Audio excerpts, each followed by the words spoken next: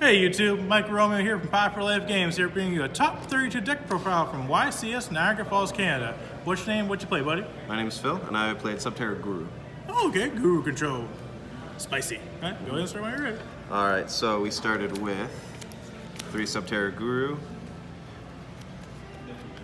3 Subterror Fiendus, and of course the 1 Archer. I'm not playing Mastrix because oftentimes I find it's a brick in the hand, and really I'm only using it if I have trouble getting rid of something like the BLS Link. Okay. And honestly, if I'm losing to that, it's because I deserve it because I didn't take control of the game earlier. So that's why I'd cut it. That way I can focus on just getting out final battle and pushing in for damage. We then, for the hand traps, play 3 Ash, 2 Ogre, and 2 Bells. How'd you like this hand trap ratio? I really liked it, mostly because it didn't come up too often that I needed the Ogre, but when I needed it, it was there. So against matchups like Striker, I was able to Ogre their multi-roll, but also I had the Ghost Spell just in the event that they tried to hit me with Called by the Grave to negate Fiendus and I didn't have the final battle, or if they used Kagari, or they even activated Will, I was there and able to negate that. That and Symbol Skeleton. So that is all of the hand traps. Then onto the spells, standard 3 copies of Hidden City, 3 Extravagance, 2 Super Polys, just so that you can. A lot of matchups tend to be hurt by it. The matchup it has the least influence on, I would say, is the Orcust matchup. Yeah. Just because they're able to revive things, and at that point, I would almost think a Called by the Grave would be a little better, because you'll see I am not actually maining any Called by the Graves. 3 pot, just so that you can continue after Extravagance. Nice. 2 Cyclone, because I want to permanently solve the problems of Salamangreat, their field spell. I want to remove their Roar from the game permanently. Yep. I want to remove Orcust Babel, since they're only playing the 1. And if they don't have that, I remove the counter trap, or I hit Pendulums even if they're under Pentacle. And then finally, 1 Terra and 1 Cave Clash. What does Cave Clash do? Cave Clash, whenever your Subterror monster deals battle damage to your opponent once per turn, during the damage calculation, so before Sky Striker Ray activates in the graveyard, you trigger it to target and recycle 1 Subterror card other than Cave Clash in your graveyard. Okay. So if you're in enough of a game controlling position, you just start poking for, even if it's a few hundred damage, you're able to start recycling your Fiendus, you're able to recycle your final battle if they've managed to clear your back row, and it gives a passive 5/5 to all Subterrors for every face down monster. The other thing that makes it really great is because it's not a trap, it'll stay face up the whole time. So if they try to Denko you, it doesn't matter because you have another Subterror name. Your Guru's Book of Moon effect becomes a fast effect. Yep. So that's why you play it. All the decks seem to play it. The only variance I've heard is some people are maybe starting to use the trap Subterror Succession. Yep. Onto the traps though, we've got 3 copies of Infinite Impermanence, finishing up the hand traps. We've got 2 Judgments and 2 Strikes. The reasoning was, oftentimes at locals I found myself losing by playing 3 Judgments and no Strikes. Yep. And it was mostly just because I was cutting my life all the way down. So I figured a more effective approach would be only play 2, so that if you see it going first, that's great. If you see it going second, well, hopefully it's not in your opening hand. Hopefully you have a strike. Yep. Because at least prior to this, I was testing Compulsory Evacuation Device, and this just does the same job that Compulse does in terms of removing monsters from the board. You're really wanting to negate a summon, make it so that they can't recover their Hayate, or that their Dingirsu was never properly summoned, or you are able to now hit hand traps, which I wasn't able to do with Compulse. And then we move on to 2 copies of There Can Be Only One, just because you're playing Duality. If you're able to resolve either Duality or your copy of Extravagance, and you have an extender, you're probably able to get this and use your playmakers to actually get the rest of the board set up. And finally, 2 copies of Final Battle, just because I find that playing 3, it's often a little dead. Really, you only need 2 anyways, because you're able to recycle using Cave Clash, and it's offering you protection from things like Called by the Grave. It's able to give you protection that way, or it's able to, you just flip it, like against Salamangreat, you can just end games if they don't have enough extenders. Flip this, chain the Subterror in response to whatever their normal summon is. They've committed to the board, but they don't have any extenders like Dangerous. Okay. And so as a consequence, they're not able to link with their face down. They maybe set 1 or 2 cards past turn, and then you're in control from there. So that's the rest of the trap lineup. go to the side. That way, once we get to the extra, it'll make a little more sense. Understood. We're siding 2 Dino Wrestler Pankratops. It's good. It's what can I say? It's good when you're going second. If you see it, you see it. You make sure that you side properly, so you take out things like duality. And against matchups where super poly isn't useful, you put these in. Then spicy tech I started playing after the last regional was Cyber Dragon in the side, just so that if you see it when you're going second, most decks you're able to, they end up setting up a monster in the extra monster zone anyways. So against Salamangreat, you drop this. If they don't shotgun the roar is the Icarus attack, then you just contact and you make a Mega Fleet. And Baylynx isn't going to stop that. You're able to set up the rest of your board now because they can't resolve the roar. Otherwise, against Cyber Dragon Orcust, you just contact their whole board, you make a Fortress Dragon. Yep. Pretty good stuff. And you're able to tribute summon it over the Ibli if they end up giving you that. So that was the reasoning for playing that. We're also playing 2 copies of Lancia.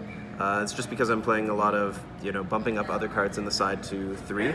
This was, prior to this event, I was playing 2 Dark Bribe, just so that I could negate evenly. And then I figured Lancia stops evenly, but it also stops Called by the Grave on their turn, and if I see it early enough in the Orcust matchup, it slows them down. Yep. So that's why I'm playing that. We're also playing the 3rd Super Poly. 3 evenly. That way, if somebody overextends, punish them for it, especially if they don't have a counter trap or a way of negating this. Yep. If you're in the mirror match and you bait out the Guru's negate, just proceed to damage to battle phase and then clear their board. Go for a punish. The 3rd Judgment, just so that when you're going first, it's better to have 3 when you're going first than to have none. Yep. So then playing 2 Duststorm, just so that you're able to remove the back row of Sky Striker. That's arguably this deck's toughest matchup. So being able to go +1 in that matchup is really important. And finally, the 3rd, there can be only 1, just so that it makes your solid matchup easier, it makes Pure Thunder easier. I found today it actually did a little bit against the Sky Striker matchup because he got locked into his Shizuku and he couldn't make any plays other than, digging for other cards with Engage or actually using the Area 0 to remove the Shizuku. But I think I'm going to start also maybe playing a few copies of Lose One Turn in the future, just because that would do a lot more against the Sky Striker matchup, and that's the matchup this deck struggles with the most. Agreed. So on to the extra deck. As advertised, thanks to Cyber Dragon, we are able to play Chimera Tech Mega Fleet and Chimera Tech Fortress Dragon, just because Cyber Dragon Orcust, even if you want to contact, realistically, if you're going against Sky Striker, you're probably making Mega Fleet, but this is also an option. In either case, neither of them can be used as fusion material, so it's not like they're going to be able to contact with you. This is just especially useful because it's generic, so you can make sure that you punish unsuspecting Salamangreat players. Then we play a litany of super poly targets. So we've got 2 Swan in case Fire Fist. I didn't play any, but it's generic enough in terms of being 2 Beast Warriors. 2 Starving Venom Fusion Dragon against Orcust, Pendulums. Eventually I might have to cut back on some of these just so I can fit the new Predaplant in because he's able to clear 3 monsters. Yep. 2 Dragostapelia because this is not able to address the problem of a Odd Eyes Vortex Dragon on the Pendulum board. Whereas this guy, he lets you clear that, he lets you clear Titan Colossus, all sorts of stuff. And if your opponent makes a Mud Dragon, which has happened to me before, you can take their Mud Dragon and you can take their other Dark Monster and you can just go for the Dragostapelia, because at least here you're getting a fast effect that gives you the opportunity to negate. We've got 2 Diaplexer Chimera, just because... Generic Cybers. People... I don't know if anybody's still playing the Violet Chimera. This doesn't require your opponent's monster to have a Link monster. It just has 2 Cybers, so you can interrupt them when they have a Salamangreat and the... what is it? The one that summons from the deck, the Xyz. The Mega Stalio. Yeah, Stalio. And so this I thought was better because I was never really I wasn't winning games because of the attack gain from Violet Chimera. So I figured go for the more generic option. That way you can also hit Marincess, and I did end up playing Marincess. I didn't end up needing this because I even lead him for 5, but still, it's there in the event of game 1, right? Good. And finally, the Mud Dragon of the Swamp, just so that I'm able to, against Rogue, even in the mirror. In the mirror, this is terrifying, just because if they have their Guru and you have an Archer, or if they end up being a little careless with how they play, and they put both, you go plus. Yep. You remove their stuff, their guru can't stop it, judgment doesn't stop it. Or worst case, if you're just 1,900 points away from securing game, super poly yourself if they have no response, and then you kill them, and then no need to go to the next game. But that's the list. I don't know what the final standing is, but I made top 32, and that's what matters. I got a map. What was your ending record in Swiss? Ending record in Swiss, I was X2, so I had won 8 games and only lost 2. The 2 I lost were against Cyber Dragon Orchist and Salaman Great. Okay. So What were your other matchups? That's 2 losses. other matchups, I had played another Salaman Great, Sky Striker. I had played. The first matchup was weird. It was Mystic Mine, Malefics, and Lilith, Lady of Lament. So Stun, the duelist, said he hadn't played in a few years, so it makes sense. That one was a bit free. Other interesting stuff. I played the Guru Mirror, except his starting boards, he would go first, and his starting boards were 1 set monster and 2 back row.